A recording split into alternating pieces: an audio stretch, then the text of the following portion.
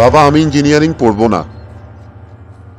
সাব্বাস শোনা বাচ্চা আমার, আমিও একদিন এটাই চেয়েছিলাম যে তুই আমাকে বলবি বাবা আমি ইঞ্জিনিয়ারিং পড়বো না, মেডিকেলে পড়বো।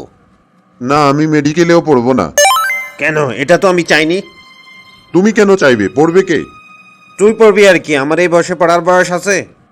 চাইবে কে আমি মেডিকেলে পড়বো? রে, আমি চাইবো? না, আমি পড়তে পারবো না। আমার ইঞ্জিনিয়ারিং এ মেডিকেলে এসবে পড়ার কোনো ইচ্ছা নেই। তোর ইচ্ছা নেই তো কি হয়েছে, পড়বি তুই, ইচ্ছা তো আমার আছে।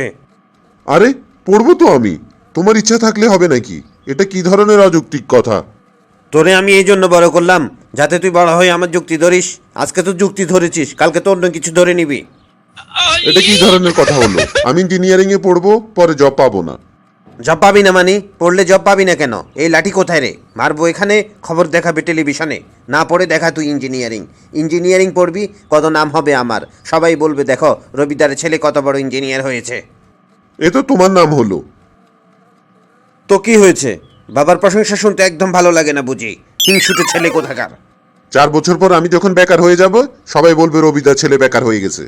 এসব আমি জানি না। আমি যদি কিছুদিন পরে মরে যাই, আমার ছেলে ইঞ্জিনিয়ার এটা বলে আমি মরতে চাই। আর ইঞ্জিনিয়ারিং পড়লে 4 বছর পরে তো আমি মারা যাব। খবরদার, এসব কথা বলতে নেই। 4 বছরের মধ্যে মরে যাব মানে কি ধরনের কথা এগুলো? তুই 4 বছর পরে মরবি? না, আমি ইঞ্জিনিয়ারিং পড়বো না। আমার যেটা ভালো লাগে আমি সেটাই পড়বো। তো ইঞ্জিনিয়ারিং পড়, আর সঙ্গে যেটা ভালো লাগে সেটাও পড়। আরে দূর, এরকম হয় নাকি? আরে হয় হয়, চেষ্টা করলে সব হয়।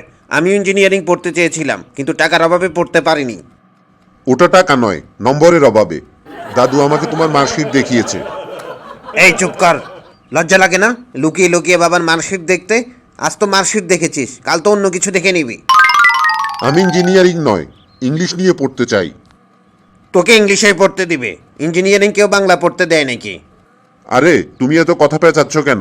ইংলিশ যে সাবজেক্ট আছে আমি ওটা নিয়ে পড়তে চাই।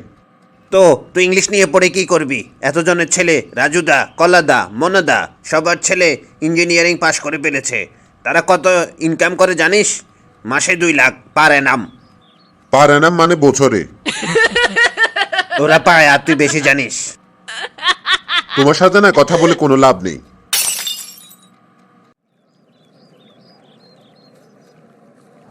কেমন আছো রবিদা? তোমার মনটা একটু খারাপ মনে হচ্ছে।